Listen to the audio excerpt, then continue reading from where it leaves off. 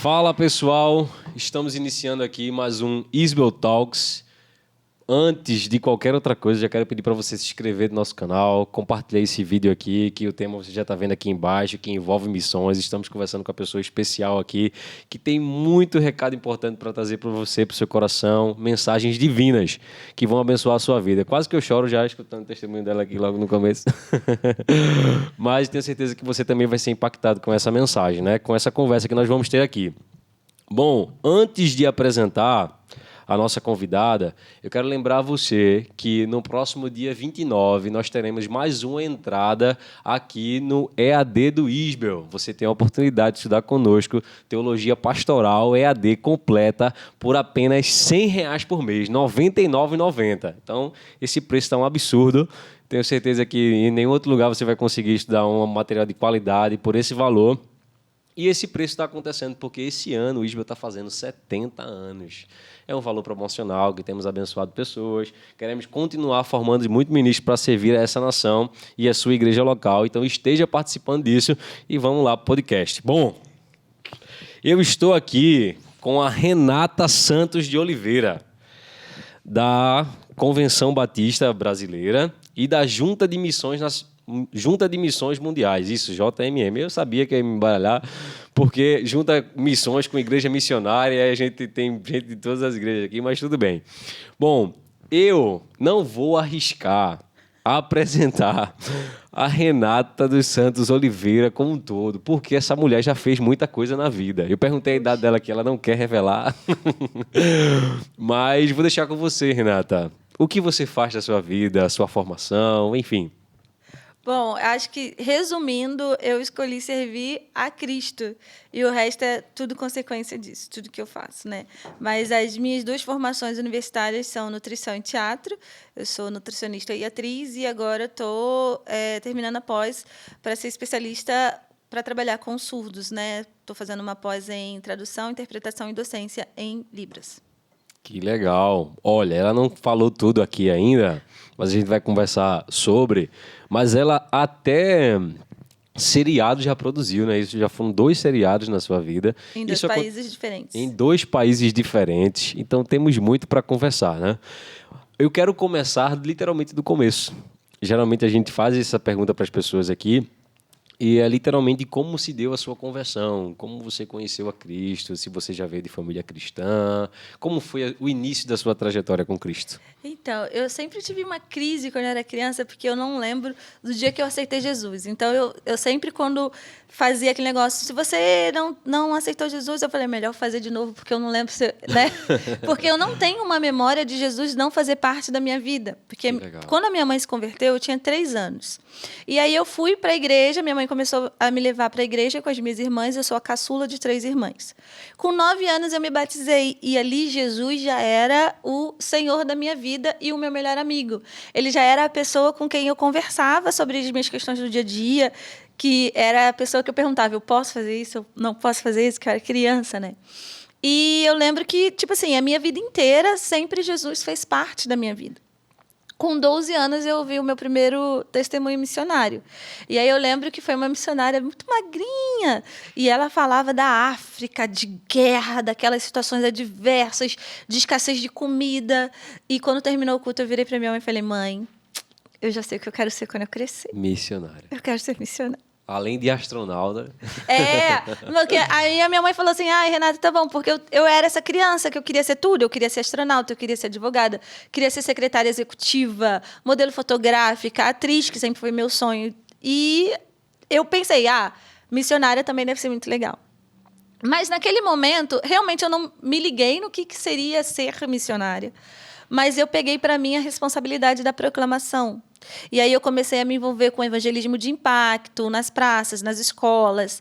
Eu lembro que com 14 anos eu comecei a me envolver com teatros evangelísticos, né? Grupos de teatro evangelístico. Aí eu vestia de preto, pintava a cara de branco, fazia pantomima para comunicar o plano de salvação. Pouco tempo eu comecei também a me envolver com viagens missionárias. Aí, interior de Minas, que eu sou do Rio de Janeiro, né? Tinha para o interior de Minas, interior do Rio. Tudo isso envolvia a Igreja Batista já, desde Sim. o começo. Ah, legal. E eles que promoviam essas viagens missionárias internas Sim. no Brasil. As Legal. igrejas batistas do Brasil têm sempre o foco. Nós acreditamos que Deus nos chamou para compartilhar. Então, nós somos igrejas missionárias. A maioria, acho que eu não conheço, eu não vou dizer todas, porque eu não quero mentir de errar, de eu falar uma coisa que eu não tenho total segurança, mas eu acho que pelo menos 90% das igrejas batistas, pelo menos todo ano, fazem pelo menos uma viagem missionária. Que legal. Para dentro ou para fora do Brasil. Por exemplo, eu vim agora de Blumenau, a igreja lá estava fazendo viagem para os ribeirinhos, na Amazônia. Tem viagem para o Nordeste. Eles estavam me falando que ano passado estavam no Nordeste. Tem alguns surdos que vão estar indo comigo agora em julho para Angola, na África. Muito bom. Então, a gente vai estar levando 3 surdos dessa igreja, Igreja Batista Shalom de Blumenau, lá para a África, em nome de Jesus. E, então, eu acredito que todas as igrejas batistas têm essa pegada, né? De compartilhar o reino de Deus, porque Jesus disse, os campos estão brancos para sempre. Ainda estão. 2.000 anos se passaram e os campos continuam brancos e a gente precisando de obreiro para a seara. É isso aí, já é um convite para você também, tá? Já deixa Deus falar com você. Já fala com a gente aqui, bota nos comentários, procure ela também. Ela já estava me convidando aqui para ir para Angola, né?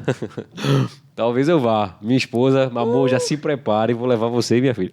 Aleluia. Não sei ainda, vai que é uma missão realmente que eu O preciso. Espírito Santo está trabalhando. Até o final a gente vê. Olha, eu podcast. cheguei aqui em Londrina de paraquedas. Eu sou recifense, pernambucano, olindense, na verdade, né?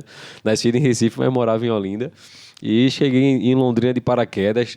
Pastoreio agora uma igreja em Curitiba, que também é outra coisa. Nossa. E, enfim, mas vai que a gente vai para Angola, né, Eric? Aí ele leva o Eric também para fazer um podcast na Angola. Não, o Eric, podcast... eu tenho planos para ele em Guiné-Bissau. Deus vai te usar, irmão. Se prepara. Bom, e continuando aqui sua história, como foi que você entrou na faculdade? Acho que a gente chegou na parte da faculdade ainda não, né? Ainda Você não. entrou na faculdade porque você Ele tinha tá dando falado... spoiler. Porque você tinha falado dos seus sonhos com relação a ser criança lá, mas você não citou nutricionista, não foi? Não, E por não quê? tinha. Nutrição. Não, na verdade foi assim. Eu sou viciada em lista. Eu espero que outras pessoas sejam para eu não ficar parecendo que eu sou anormal. Mas eu sou viciada em fazer lista. Então, uma das listas mais importantes da minha vida era essa lista que eu fiz de coisas que eu queria específicas para a minha vida, estrutural. E aí eu botei que eu queria passar numa faculdade federal. Legal. E tinha uma faculdade que eu queria estudar nessa faculdade, porque minha irmã estudava nessa faculdade, eu achava que essa faculdade era top, que era a Unirio, lá a Universidade Federal do Estado do Rio de Janeiro. E eu queria passar para essa faculdade. Quando chegou na época, aí eu botei na minha lista, né, para depois a história fazer sentido. Que eu queria passar numa faculdade pública, queria me formar, obviamente, queria conseguir a minha independência financeira, comprar meu carro, meu apartamento, casar e ter meus filhos. E essa lista, porque quem é viciado em lista sabe que tem lista que você não pode mudar a ordem. Essa lista, eu não podia pegar uma coisa de baixo e botar para cima, tinha que acontecer naquela ordem. E aí, eu comprei o edital da Unirio para fazer... Eu queria fazer comunicação social, que nem a minha amiga Elô, que está aqui. Vocês não estão vendo, mas ela está aqui entre nós. Aqui, depois a gente posta uma história com ela e marca ela também. Mas aí eu comprei o edital e não tinha comunicação social na Unirio. Tentei vender o edital, não consegui. Eu falei, tá bom, vou fazer um curso. Aí vi nutrição, mas eu só entendi por que eu me formei em nutrição quando eu cheguei no campo missionário. E aí, quando eu me inscrevi em nutrição, Deus me relembrou. Lembra que eu queria ser várias profissões? Eu também queria ser da área da saúde, porque minha mãe é enfermeira. Entendi. E aí Deus foi me lembrando disso, e aí eu fui e falei, não, eu acho que nutrição, e gostei, me apaixonei. Inclusive, eu fico horas falando sobre alimentação, né? Mas isso é assunto para outro podcast. Outro podcast. E a gente vai convidar você, porque a gente tem meta para tudo isso, tá? Literalmente conversar a respeito com vários profissionais da saúde, no caso, né? Porque Legal. dentro das igrejas, o que mais acontece são pastores que cuidam muito bem de outras pessoas, cuidam de tudo, da palavra, gestão, e esquecem da Exatamente, sua saúde, né? da mordomia do seu próprio corpo. É isso aí. Aí eu consegui, passei para a Unirio, eu fiz 2 faculdades juntas, eu fiz nutrição e teatro. Eu dizia, a nutrição vai me sustentar, o teatro vai me divertir. Teatro já era meu sonho de criança, e aí eu fiz o checkzinho na lista. Quem é viciado em lista sabe que esse check é muito importante. É muito importante. Aí eu fiz o checkzinho na minha lista, depois eu me formei nas 2 faculdades e consegui emprego nas 2 profissões e fiz o checkzinho. Quando eu fui passar para o próximo item da minha lista, que eu já tinha adquirido a minha independência, a tão sonhada independência financeira, foi ali que Deus me chamou e falou, Renata, até o momento a sua lista estava batendo juntinho com a minha. Você dava um tique aí, eu dava um tique aqui. Só que agora na minha lista tem outra coisa com teu nome. Eu quero que você venha. A Junta de Missões Mundiais tem um projeto chamado Radical África. E Deus me chamou para ir nesse projeto. Só que esse projeto é um projeto fantástico, que leva jovens para o campo missionário. Naquela época, você passava entre 4 e 2 anos no campo missionário. Legal. Só que eram 2 a 4 anos de distância da minha lista. Sem falar que nesse projeto tinha uma coisa muito importante que esfaqueava meu coração, que você não podia ter dinheiro próprio. Quem ia para esse projeto, todo o dinheiro da equipe era só da equipe. A gente conversava para saber o que ia fazer com o dinheiro. Ou seja, eu não teria minha independência financeira. Mesmo que você tinha falado aqui que cada missionário tem um padrinho diferente. Pode ser apadrinhado, né, por pessoas, enfim. Até por CPFs e não necessariamente CNPJ. E mesmo que esse dinheiro chegasse para teria que ser dividido para todos. Para todo mundo. Que legal, muito bom. Eu acho que é uma prova divina maravilhosa. Exatamente, era o meu vale.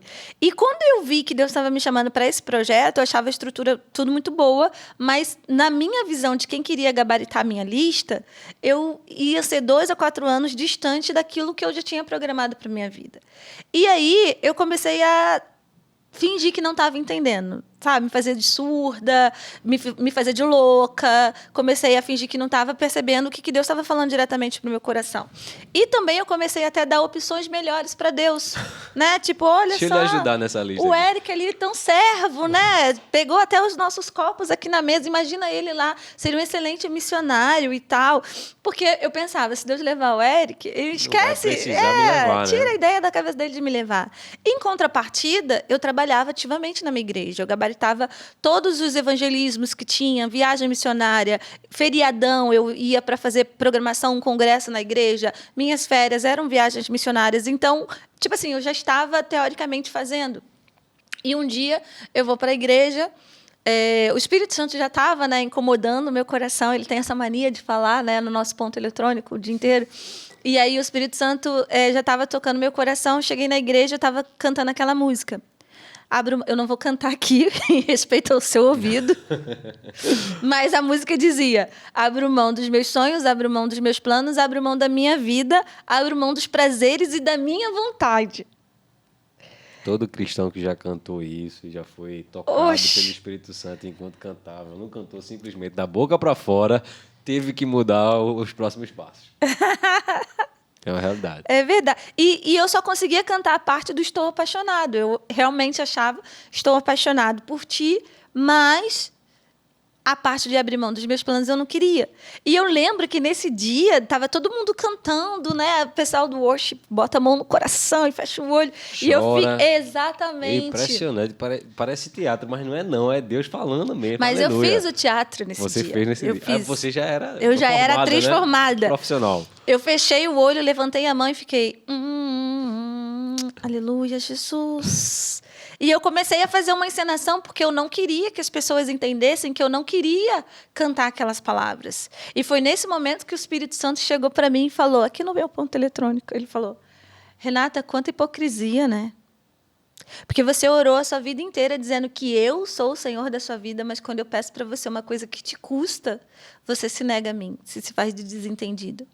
E ali eu entendi que eu estava em pecado, que a gente às vezes acha que pecado é algo que traz escândalo para a igreja. E esquece que o pecado que tirou Adão e Eva do Jardim do Éden foi o pecado da desobediência. Querer ser Deus da sua própria vida. E eu estava querendo comandar a minha própria vida. E ali eu chorei e falei, fiz uma oração muito sincera e muito forte com Deus. E eu falei, hoje eu não quero mais ser essa crente falsa essa cristã dupla face, que de fora todo mundo acha que eu estou, né, super no caminho que Deus quer para mim, mas por dentro eu sei que não, que eu estou desobedecendo. Hoje eu tomo a decisão de ser tudo que Deus me criou para ser, de estar onde Ele quiser que eu esteja e de fazer especificamente aquilo que Ele quiser que eu faça. E foi aí que eu fui para Moçambique. Recebeu, irmão? Eu sei que Deus falou com você agora, na sua casa, você assistindo. É hora de chorar, pegar um caderninho, começar a escrever, fazer uma lista, riscar a sua antiga. Mas isso é muito forte, irmão. Muito forte mesmo. E só essa fala já resume para mim o que tem a ver com o chamado. Que é um convite de Deus para você viver algo, né? E não é você escolhendo viver algo e pedindo para Deus lhe abençoar. Exatamente. E tem gente que fica frustrado, né? Nossa, mas relacionamentos. Mas eu orei, eu pedi a Deus, eu falei com Deus, eu orei antes de namorar. Mas ele te respondeu o quê? Né? Ou você só pediu, Deus abençoa o meu relacionamento. Ou você perguntou, é com esse?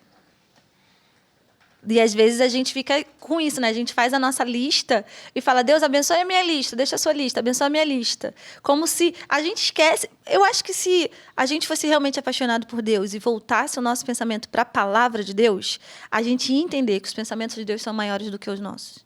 Que a vontade de Deus é boa, perfeita e agradável. Mas a gente não se relaciona com Deus, a gente tem um Deus como santo de casa, aquele santo que você só olha para ele e fala, olha, me abençoa, ou eu faço uma reza que eu digo é uma fala decorada, que você sempre fala a mesma coisa. E o relacionamento que você tem com Deus é só de pedir. Me abençoa nisso, me dá aquilo outro, e a gente esquece que a oração que Jesus nos ensinou é uma oração que glorifica a Deus. Pai nosso que estás nos céus, santificado seja o seu nome. A gente primeiro tem que exaltar o nome de Deus, a gente tem que entender quem Ele é, glorificar. Talvez entender não, mas pelo menos se esforçar, né? Porque Ele é tanto e tantas coisas. Mas pelo menos passar tempo com Deus como uma pessoa, porque o nosso Deus é um Deus relacional. Eu já estou puxando o podcast para o outro lado, né? Tá, mas tudo bem, deixa Deus guiar. Porque você falando sobre isso, a gente vai cair no assunto que é a verdadeira intimidade com Deus. E eu sei que para muita gente, quando ouve a respeito disso, né, principalmente para quem está chegando na igreja agora e faz assim, mas eu não consigo ouvir a voz de Deus. É muito complexo. Entenda, para gente que está na fé há milhões de anos, dinossauros da fé, parece ser mais comum o ouvir a voz de Deus, enfim. E é muito subjetivo para alguns. Não, para onde é que Deus realmente quer que eu vá? Será que isso aqui que eu ouvi e essa vontade que eu tenho no meu coração não foi Deus que me deu e tudo mais? Olha, tem lugares que eu não vou conseguir entrar e você também não, na vida das pessoas. Mas tenha pessoas maduras à sua volta, mentores, pastores, pessoas que estão um pouco mais na fé, caminhando um pouco mais tempo na fé do que você. E o melhor crivo que você pode ter para nortear o seu amanhã é a palavra de Deus. Quer ouvir a Deus, leia a Bíblia em voz alta. É bem isso, é a palavra de Deus. Se abraça com a palavra de Deus. Se você não conhecer as Escrituras, muito provavelmente a voz que você vai ouvir para te direcionar para algum lugar pode não ser a voz de Deus, né? Exatamente. Mas, enfim, vamos voltar para Moçambique. Como foi que chegou a passagem para Moçambique? Então, aí foi uma outra jornada, né? Porque quando eu me inscrevi para ir para Moçambique, eu tive que convencer todo mundo que era isso que Deus estava colocando. Porque aí eu também sou uma pessoa convicta. Quando eu decido.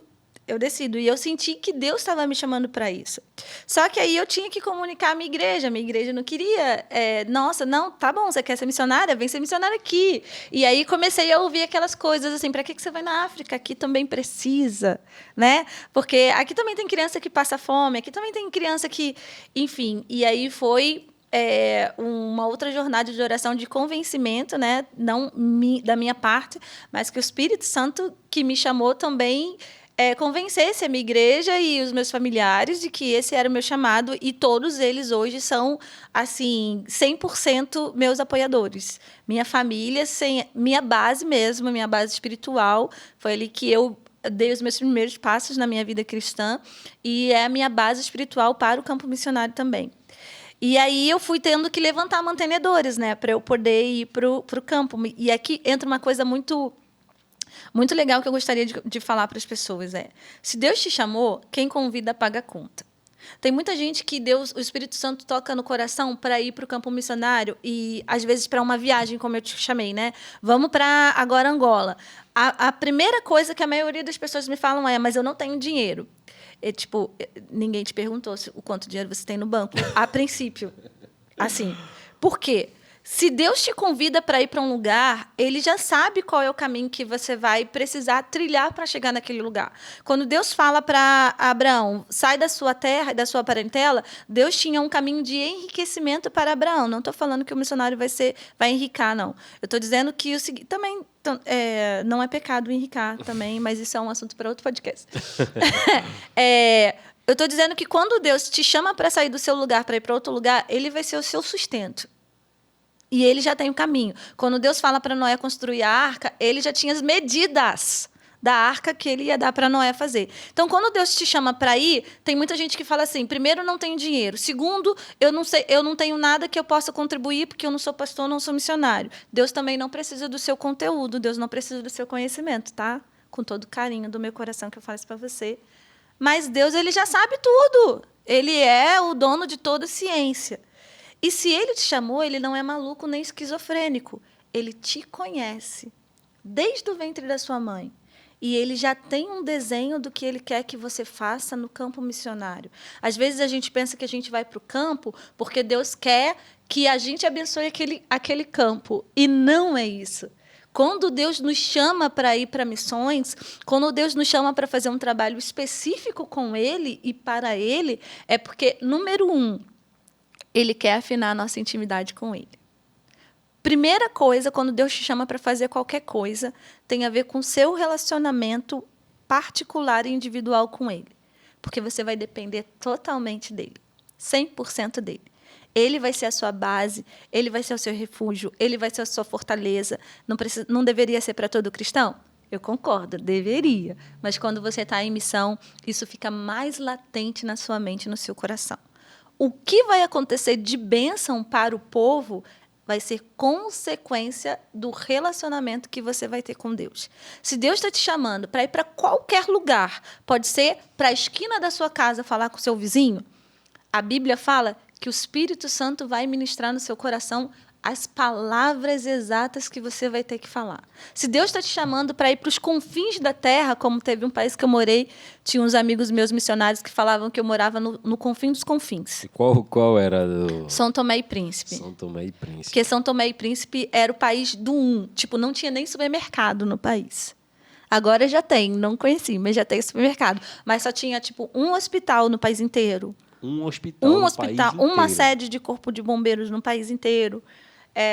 A gente falava o país do agora tem um mercado no país inteiro também. Pois é. Interessante, né? Nós não conhecemos essa realidade, né? O que é massa é que os cortes dela a gente vai colocar... Eu vou falar pro pessoal fazer isso também. Corte rápido do Tramontina. Os cortes da Renata. Desculpa. Vai ser assim, corte rápido, Tramontina. Vai ser legal, hein? Mas sim, continue sua história lá com relação ao São Tomé do Príncipe. Então, a gente pula Moçambique e vai para São Tomé agora. Isso, tá. São Tomé. Então, quando eu fui para São Tomé, eu já tinha morado 2 anos em Moçambique, eu era missionária radical, e aí Deus me chama já para ser missionária efetiva, né? Da Junta de Missões Mundiais. E aí foi meu primeiro campo. Só um momento. Pausa. Você falou que missionária efetiva. Antes disso, você não era missionária da Junta de Missões. Eu era radical, eu estava num projeto. É um projeto que tinha o início, meio e fim. Entendi. Quando eu voltasse, eu não teria mais vínculo com a Junta. Mas aí, Deus me convidou e eu continuei o meu vínculo com a Junta, entendeu? Legal. Aí agora já era missionária mesmo, né? Sem um prazo para encerrar. E aí, em Moçambique, eu tinha trabalhado com nutrição. Então, quando eu cheguei em Moçambique, que eu entendi porque que eu tinha feito nutrição, trabalhei com criança desnutrida e tal. E foi, assim, um trabalho fantástico que eu realmente vi crianças sendo salvas da morte.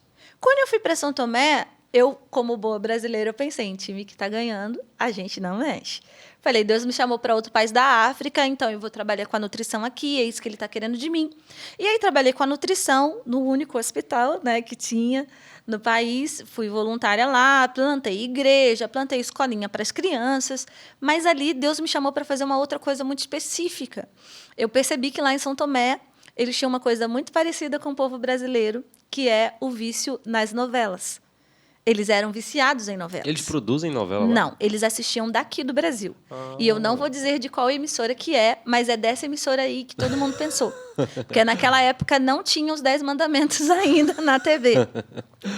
E isso me trouxe uma indignação muito grande. Provavelmente eles assistiram os 10 mandamentos também, né? Olha, tomara. Né? Faço votos. Faço votos.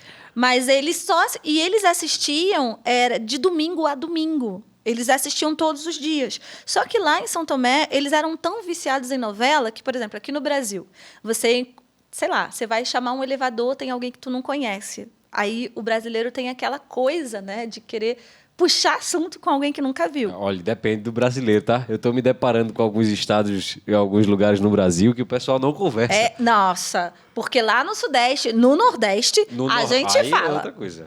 Nordeste é outra coisa. Exatamente. Aqui também, no Sul, eu tenho ido para alguns lugares, não, Londrina, todo mundo conversa. Londrina, assim, os desafios que eu experimentei nesse quesito foi em Curitiba. O pessoal é um pouco mais frio lá. Um pouco mais frio. Vamos estar melhorando, hein? Um pouquinho, mas está melhorando. Vamos estar melhorando. Está melhorando, mas vamos continuar. Mas aí, aqui no Brasil, quando você quer puxar um assunto, tipo elevador, o que você fala? Tá abafado, né? Agora o calor é um assunto em todo lugar, né? Tá calor, né? Exatamente. Qualquer estado do Brasil, você começa falando do tempo. Lá em São Tomé, eram das novelas. E eles comentavam dos capítulos que tinham acontecido na noite passada e ficavam confabulando o que será que vai acontecer no capítulo de hoje. Viciados. E aí eu vi os jovens copiando a maneira de falar dos brasileiros, porque eles só assistiam novelas daqui, você sabe, né, qual. E queriam se vestir do jeito que a gente se vestia e o comportamento da unidade familiar copiando.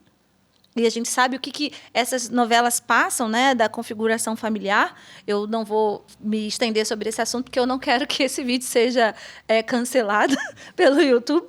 Mas isso me causou uma indignação, porque eu pensei, Deus exportou do céu o melhor que Ele tinha aqui para a terra, que foi Jesus Cristo. E o que nós, como cristãos, estávamos exportando para fora. E eu fui dormir com aquela crise, quando eu acordei de manhã, veio assim, plim na minha cabeça. Não foi plim-plim, foi só um. Só plim. Só um. Uma luz. E aí eu falei para os meus amigos assim, se a gente fizesse aqui um programa de televisão, tipo Malhação, que tratasse os... Ai, falei, droga. Mas que tratasse os principais problemas sociais com princípios... Depois vai ter um corte aí, né? Quem sabe, né? Eu vou falar de novo, Eu pensei assim, ó. Eu pensei assim, se a gente fizesse um programa de televisão, um seriado, bem animado, que tratasse os principais os principais problemas sociais com princípios bíblicos, isso ia ser um grande sucesso aqui. Ia ser legal. Não foi isso que os meus amigos falaram para mim. Os meus amigos falaram assim, interna, gente, que agora ela bateu com a cabeça, ficou louca de vez. Os mais íntimos chegavam e falavam, Renata, minha filha, você é nutricionista, você não é cineasta. Não tem possibilidade de você fazer uma coisa como essa aqui. E aí eu, como filha mimada que sou, fui falar com Deus, e Deus falou, não, Renata, essa ideia é minha, né? A patente é minha. Olha aí, que legal. E aí eu comecei, isso foi final de 2009, e em março de 2010 eu já estava com o primeiro episódio, o projeto piloto, gravado, rodado, roteirizado, pronto para passar na TV. Só que para você passar na TV, lá eles cobravam, só tinha um canal de televisão, né? E todo mundo só assistia esse canal, quem tinha televisão. E eles começaram a cobrar muito dinheiro em euros para passar. E reza a lenda que missionário não tem dinheiro, né? Então, comecei a bater nas portas, pedir patrocínio, mas quem é a pessoa que ia querer patrocinar uma nutricionista brasileira que inventou e fazia um seriado na África? Era bem difícil. É desafiador, né? Fiquei 2 anos tentando, até que em janeiro de 2012 eu consegui estrear com o nosso programa na televisão.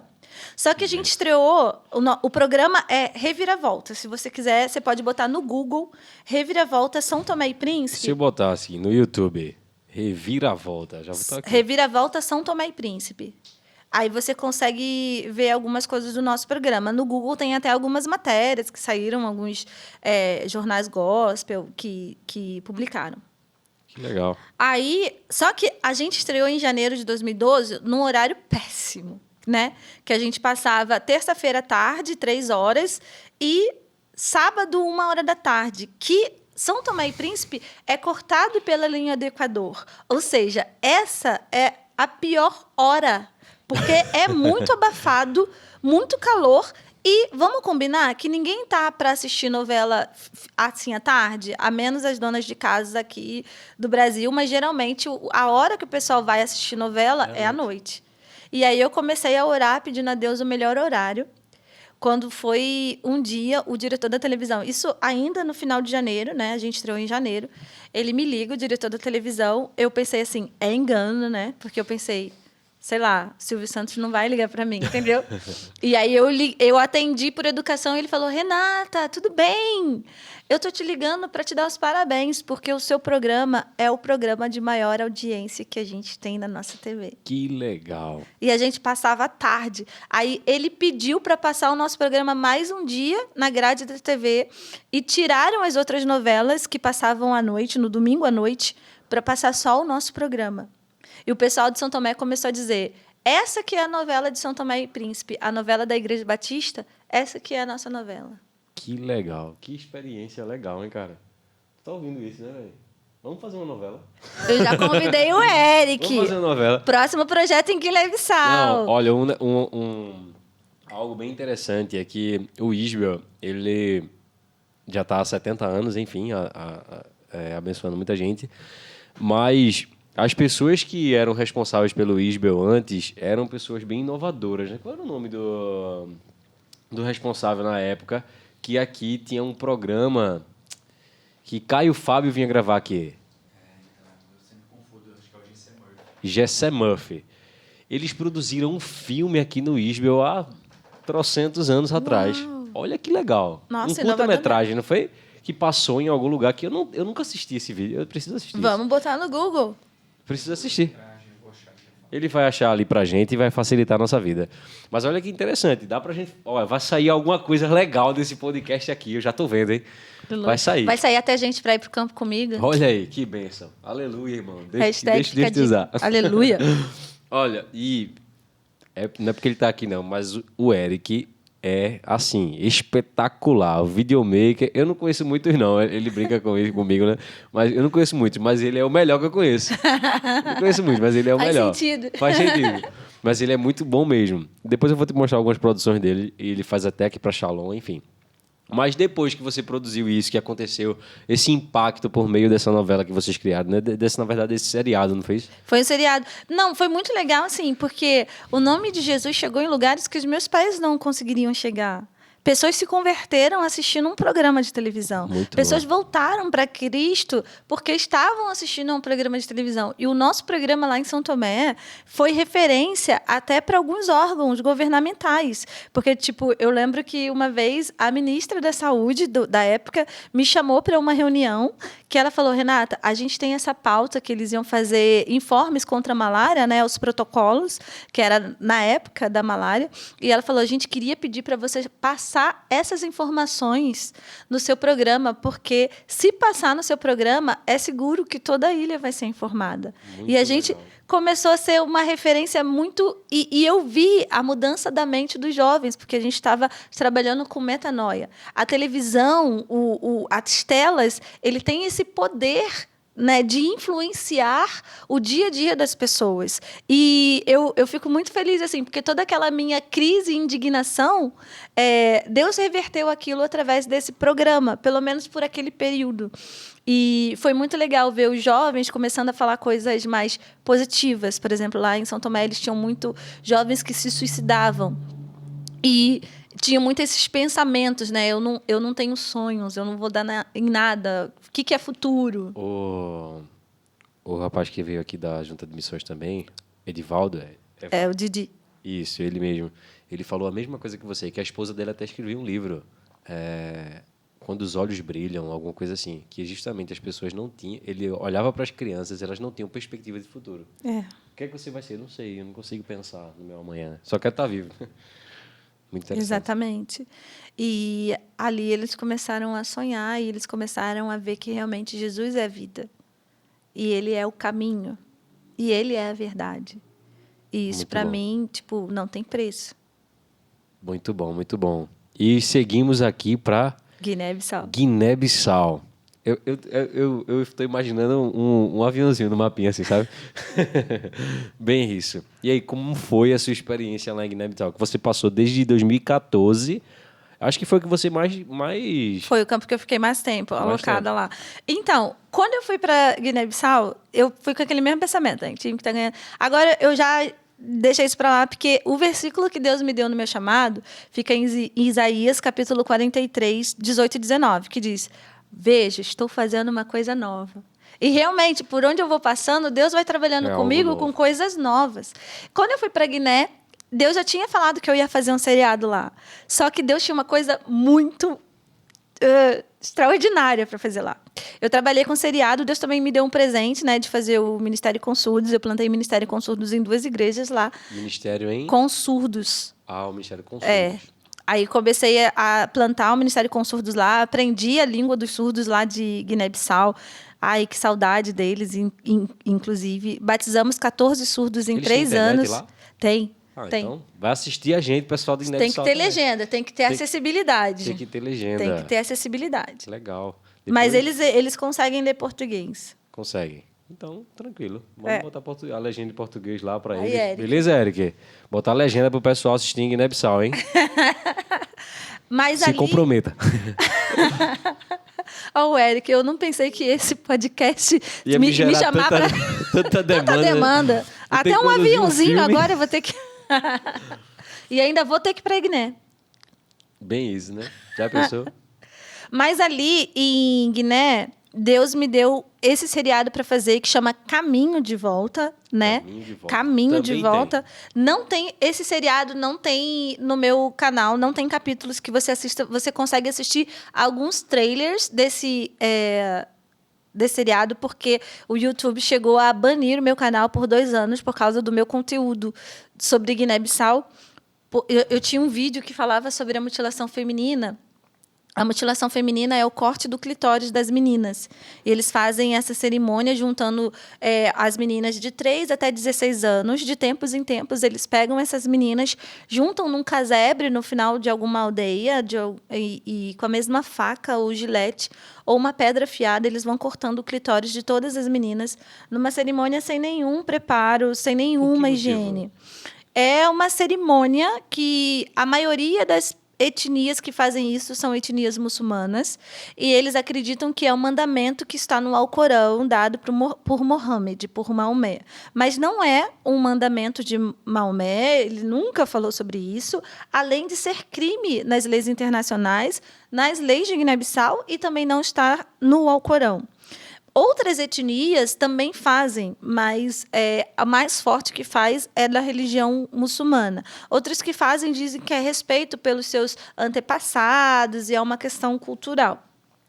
E o programa lá de Guiné-Bissau, ele trabalhava muito essas questões culturais que se misturam. O diabo ele faz isso, né? Ele mistura mentira com verdade. Desde o Éden, ele faz isso. Mistura mentira com verdade para te enganar. E ele mistura o que é cultura com religião. Porque aí você... É o seu povo, você respeita aquela cultura, então você tem que seguir aquela região. E isso é uma outra mentira de Satanás. E esse programa de Guiné-Bissau, ele foi mais desafiador, assim, e diferente, foi essa coisa nova, porque lá em São Tomé era mais leve. Lá em Guiné-Bissau, era mais arraigado nessas questões culturais que misturam com muita feitiçaria.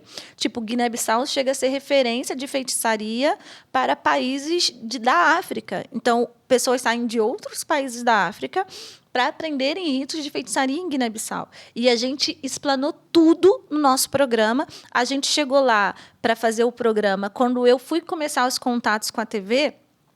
eles já me deram de graça. Em São Tomé, eles me cobravam em euros. Em Guiné, eles já me deram de graça, porque eles não tinham nenhum conteúdo deles que mostrava a realidade deles. O nosso programa, no primeiro mês também, já foi o programa de maior audiência do país, e ainda passava no Senegal, que é fronteira, né? Onde, nas cidades que pegava a antena, eles assistiam também o nosso programa. E a gente começou a fazer realmente um vucu-vucu ali no país. Quando a gente passou esse da mutilação feminina, que foi até o vídeo que fez o YouTube banir o meu canal por 2 anos, agora eu já voltei. Se você quiser me seguir, é Renata Sanliver no YouTube e no Instagram. E aí... esse vídeo já tinha mais de 250 mil visualizações e curtidas. E ele já tinha muitos muçulmanos que comentavam. E eu lembro que teve um muçulmano que comentou nesse meu vídeo, e ele falou assim, que a mutilação feminina... Ele escreveu em inglês, esse muçulmano. A mutilação feminina é um procedimento obrigatório da religião muçulmana, e é um procedimento muito simples, que previne a infecção urinária e a transmissão do HIV. Que é exatamente o contrário. Nessa cerimônia da mutilação, que é um corte, que é sangue, e é de pessoa para pessoa, eles não têm uma higiene de como é que fala?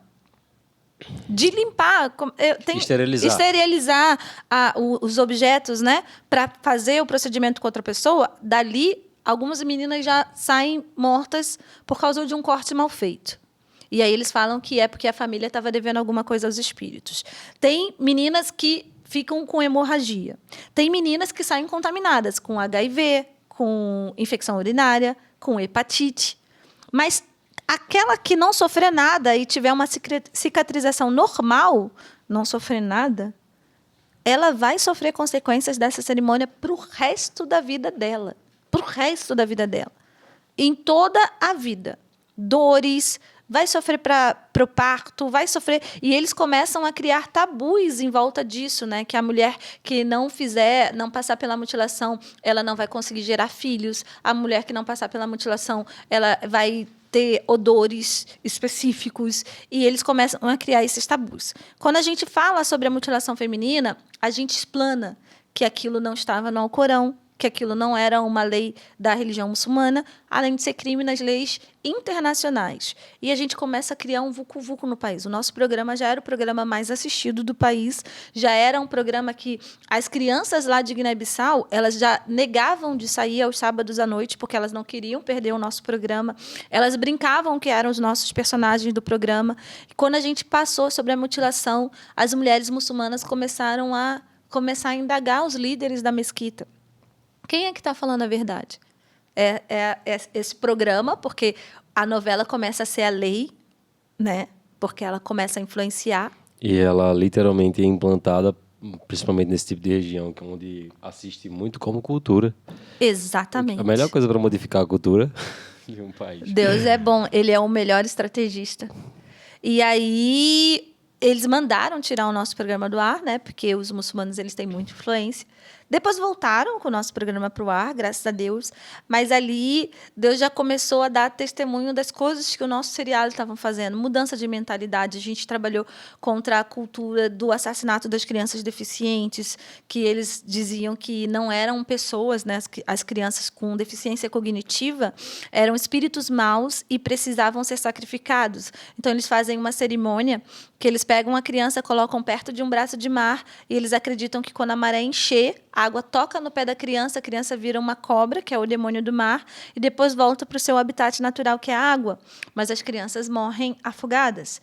Quando a aldeia é distante de um braço do mar, eles cavam um buraco, tacam fogo e jogam a criança. Colocam a criança no meio do mato para morrer de fome, e assim as crianças vão sendo assassinadas. E eu comecei a falar no nosso programa que as crianças deficientes não eram espíritos maus e que eram pessoas e tinham direito de viver, assim como nós temos direito de viver. E eu fiquei chocada quando eu percebi que as escamas espirituais dos olhos das pessoas estavam caindo. Porque eu pensava que quem acreditava que isso era verdade eram pessoas que moravam afastadas nas aldeias, que não tinham tido possibilidade de estudar.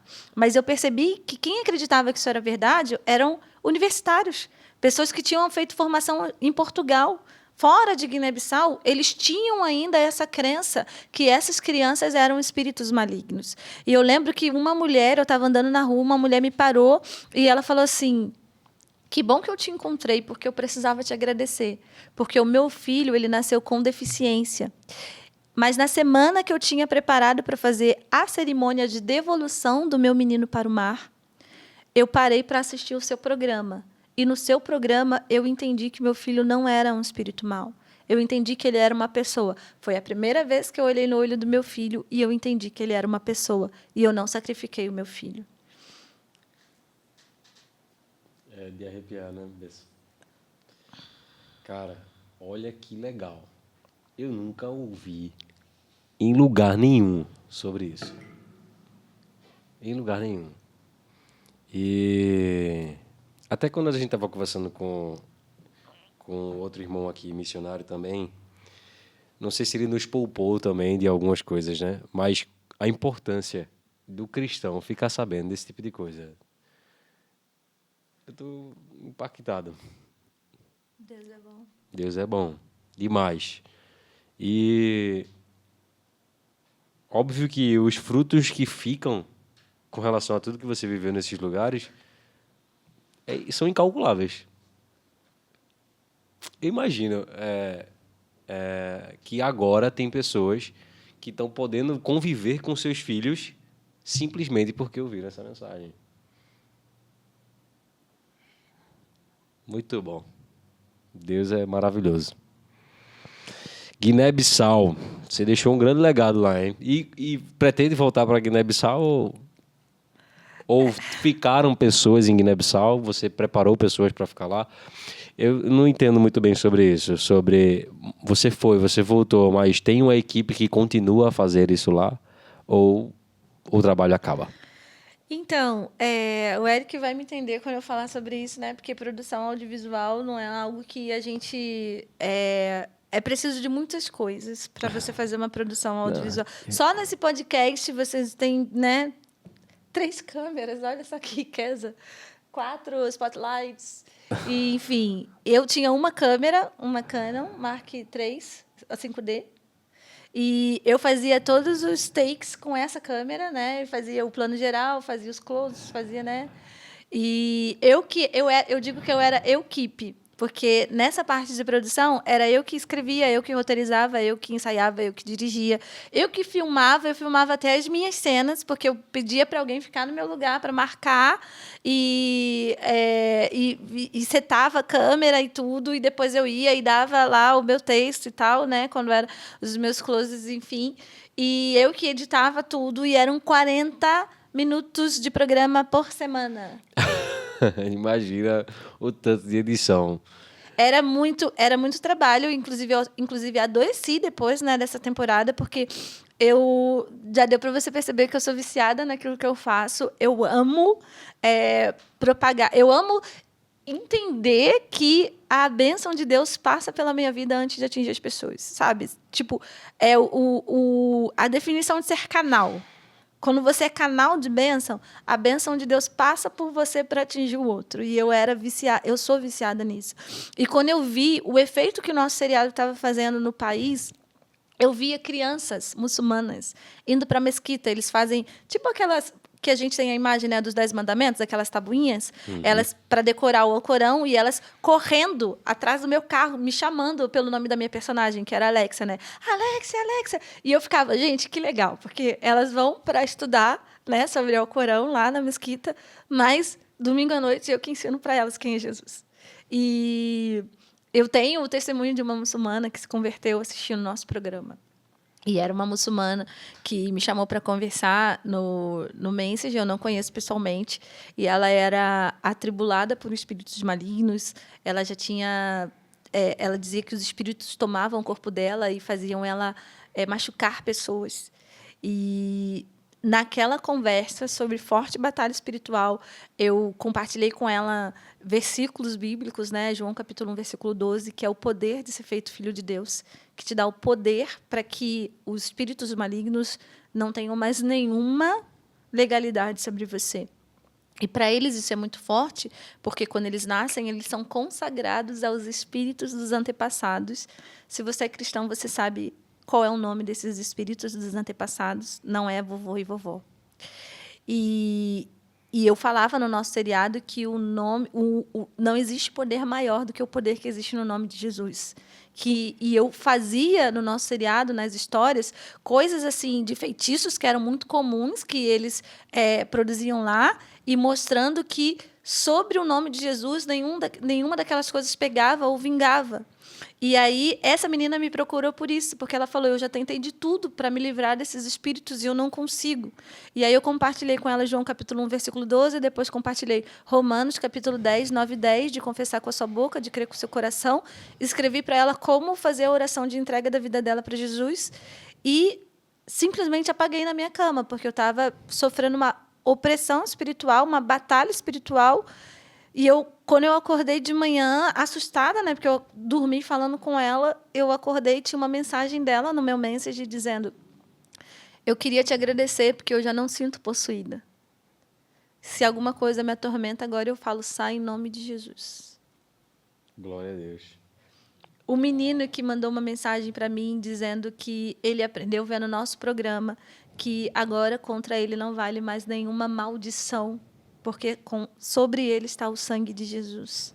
Pessoas que começaram a denunciar. Teve um jovem, quando eu vou nas igrejas, inclusive, eu mostro esses prints, que ele fala que só na aldeia dele, cerca de 10 crianças por ano eram lançadas ao mar nessa cerimônia do sacrifício das crianças. E as pessoas começaram a falar que o nosso programa lá não era só um entretenimento, não era só para divertir ou passar tempo, mas ele estava fazendo realmente uma mudança de mentalidade. Eu tenho um sonho, né, de chegar lá no céu e pessoas que eu nunca vi na vida, sabe, virem me abraçando e falarem assim: eu conheci Jesus assistindo o seu programa de televisão. Eu tô aqui porque você foi para lá. E eu acho que tudo bem, cara. Jesus fala lá em Marcos capítulo 10, porque a gente tem um engano nas igrejas que missionário foi chamado para passar fome. Já falei sobre isso no início. E quando Pedro fala para Jesus assim, nós largamos tudo para te seguir, Jesus fala, não tem ninguém que tenha largado pai, mãe, casas ou campos que não receba 100 vezes mais aqui nessa terra, com perseguições e, na época vindoura, a vida eterna. A gente vai receber o nosso galardão, sim, no céu. A gente vai receber os frutos aqui na terra também, que Jesus é o nosso sustento. Mas eu acho que o melhor pagamento para tudo que a gente faz é saber que mais pessoas vão habitar no céu com a gente. Muito bom. Muito bom. Olha, refletir sobre isso não é muito comum na igreja hoje, né? O impacto que você, por meio de Cristo, pode causar na vida de outras pessoas, e as pessoas estão muito mais preocupadas com o futuro delas mesmas, e eu vou ser bem-sucedido e vai dar certo para mim. Às vezes, quando se trata de abençoar alguém fora, eu preciso de muitos recursos e eu não vou conseguir fazer isso. E você está provando para a gente aqui que recurso mínimo fazia muito e fez muito. E eu tenho certeza que essa sua experiência no céu, eu consigo imaginar ela, vai ser a mais legal de todas. E espero não, né? Eu tenho certeza que você já viveu isso fisicamente, pessoas indo te agradecer, né? Te chamando de Alexa e de Renata. Sim, eu lembro que uma vez, quando tiraram até o nosso programa do ar, e a gente estava falando sobre uma coisa muito importante da religião muçulmana, né? Então, ali eu já estava pronta para, tipo Estevão, né? Vou me apedrejar na rua. E eu lembro que eu estava andando na rua e uma mulher muçulmana pegou no meu braço, assim, muito forte. Quando ela pegou no meu braço, eu falei, é hoje. Aí eu já me fechei assim, né? Esperando receber uma pancada. E essa mulher soltou meu braço e falou, ai, desculpa. É porque eu te vejo toda semana na televisão, eu estou tão acostumada a te ver, e para mim é como se você fosse uma pessoa da minha família.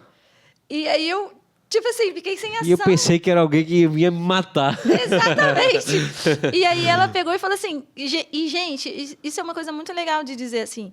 Aqui no Brasil, muita gente acha que os muçulmanos são aquelas pessoas kamikaze, violentas, que estão sempre uma bomba dentro da bolsa.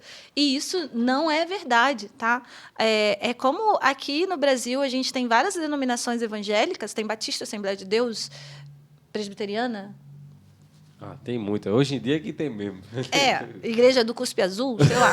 Do Cuspe Azul foi legal. Os muçulmanos também, eles têm essas divisões. E uma porcentagem muito ínfima, né, pequena, é que são esses kamikazes aí, né, do Islâmico e... Não sei se pode falar Estado Islâmico. Qualquer coisa o Eric corta depois. Vou falar de novo, hein, Érica? Uma porção muito pequena que são esses, né, que causam alguns transtornos e perseguição ao cristianismo. Eu tenho amigos, cara, amigos muçulmanos que são muito queridos. Eles são muito hospitaleiros. Tu vai na casa de um muçulmano, tu ora para não ter o espírito de obesidade sobre você, porque eles te enchem de comida, e cada comida top. Eles são muito carinhosos, assim, são muito atenciosos.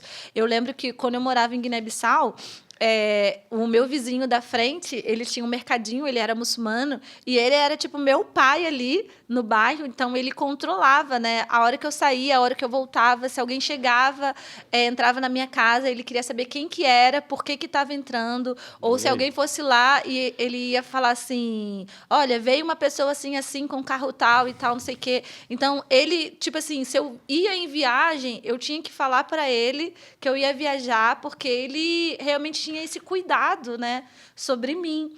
Então, eu super amo, né, todos os meus amigos.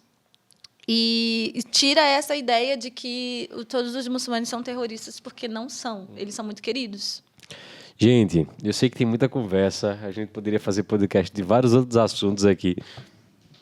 E que, na verdade, eu nem sei como descrever. Olha, vamos prestar muita atenção. Como vai ser a descrição desse vídeo no YouTube, tá? Porque as pessoas precisam assistir isso. Precisam. Vamos divulgar o máximo que nós pudermos. Bom, como estamos caminhando para o fim, a gente nem conversou muito sobre Angola, que era a sua última... 2023 você estava lá, não, né? Mas isso é uma coisa muito legal, assim, que agora eu estou trabalhando com acessibilidade também. Continuo fazendo todas essas outras coisas, né? Mas em breve ele vem, então vamos trabalhar. E Deus tem colocado no meu coração sobre acessibilidade, né? De veicular, oportunizar que os surdos e pessoas com deficiências participem da missão. A gente, enquanto igreja, ignora muito essas pessoas com deficiências e, na verdade, muitas das vezes elas nem são quistas nas nossas igrejas e nos nossos ambientes. Só que Jesus, ele investiu tempo, bem didaticamente. Ele investiu tempo para os cegos, para os surdos, para as pessoas com deficiências, enquanto ele estava andando aqui na Terra, para ele nos ensinar que elas precisam ser acolhidas. Mas, muitas das vezes, a gente continua, enquanto igreja, fazendo que nem os discípulos, mandando Bartimeu calar a boca, né? Você está atrapalhando o culto. Deixa, para de importunar. Mas Jesus, ele para tudo para atender essas pessoas. E o nosso objetivo agora é fomentar missões para esse público, para os surdos, pessoas com deficiência, cegos, síndrome de Down, autistas, não só que eles recebam as informações sobre o que está acontecendo no campo missionário, mas também para que eles possam ter oportunidade de participar da missão. Porque, por exemplo, em janeiro, nós levamos uma equipe com 4 surdos para Angola. E esse ano, já fica aqui o convite para toda a sociedade cristã. Surdos, cegos, autistas, pessoas com síndrome de Down, que já receberam a Jesus como Senhor de suas vidas, que são membros de uma igreja cristã evangélica, podem vir participar conosco. Acho que o Eric pode botar um link de inscrição. Pode? Então, tem o link de inscrição aqui, ó. Vai colocar embaixo aqui na descrição. Na descrição do vídeo tem o link de inscrição. Você pode se inscrever e vir em julho, agora, de 2024. 2024, em julho, as 2 últimas semanas, nós estamos indo com uma caravana inclusiva para Angola. A caravana é tão inclusiva que até o ouvinte pode participar. Se você é ouvinte, você é pedagogo, você é professor de escola inclusiva, se você trabalha com educação especial ou musicoterapeuta, E também, gente, médicos. Nós precisamos de médicos, porque muitas das nossas crianças lá não têm diagnóstico para a gente saber qual que é o transtorno que tem aquela criança. Nós acolhemos, mas a gente ainda não tem diagnóstico. Nós estamos agora também com um projeto lá em Angola, em Uambo, para construir uma escola. Inclusive, nós já temos uma escola. Essa escola chama Escola Pamose, que em dialeto quer dizer juntos, porque é uma escola que acolhe surdos, cegos, crianças com síndrome de Down e outras deficiências ali. E temos professor cego, professor surdo, temos agora um auxiliar de professor que tem síndrome de Down. Só que essa escola só atende 172 crianças e adolescentes. E a gente está construindo agora uma escola que vai atender centenas de crianças com as suas famílias. Que bênção. Então, você pode vir participar conosco nessa viagem. Amém. Bom, gente, estamos caminhando para o fim e foi um prazer conversar com você, conhecer a sua história, ser abençoado com isso também e saber que nós podemos fazer muito mais porque nós temos muitos recursos e que Deus continue te dando graça para viver a sua missão, abençoando você, sua família, todas as pessoas que passaram no seu caminho, que, assim... Eu já fui ministrado e a gente está conversando tão pouco. Imagina quem caminhou com você por muito tempo. Vamos divulgar o Instagram dela aqui, com certeza. Queria propor, aqui vou me comprometer a equipe de alguma forma, tá? Queria que a nossa equipe, nós estamos formando uma equipe de voluntários aqui no ISBA também, para produção audiovisual, para que eles vão editar vídeos aqui para a gente e tudo mais, que a gente pudesse lhe ajudar de alguma forma. Não sei se em algum momento aqui em Londrina, não sei quanto tempo você vai passar aqui, mas produzir algo para você, fazer algum vídeo, alguma coisa com o material que a gente tem. E também, mesmo posteriormente, você mandar a gente, vocês poderiam me ajudar com a edição desse vídeo, porque nós vamos montar uma equipe de voluntários para isso. E queremos servir de alguma forma também o que você tem feito aí na vida de muitas pessoas. Também quero dar esse abraço no céu. Amém? Bom, tem algum recado final, alguma palavra que você queira finalizar? Uma frase? Geralmente, pessoas que caminham muito tempo assim na vida, né, eles têm umas frases impactantes. Um versículo para deixar. Eu queria falar, tem vaga na missão. Acho que a minha frase seria tem vaga na missão. A campanha de missões mundiais desse ano diz, no poder do Espírito Santo, vamos completar a missão. E essa missão é a missão que Jesus nos deu de levar o Evangelho a toda criatura.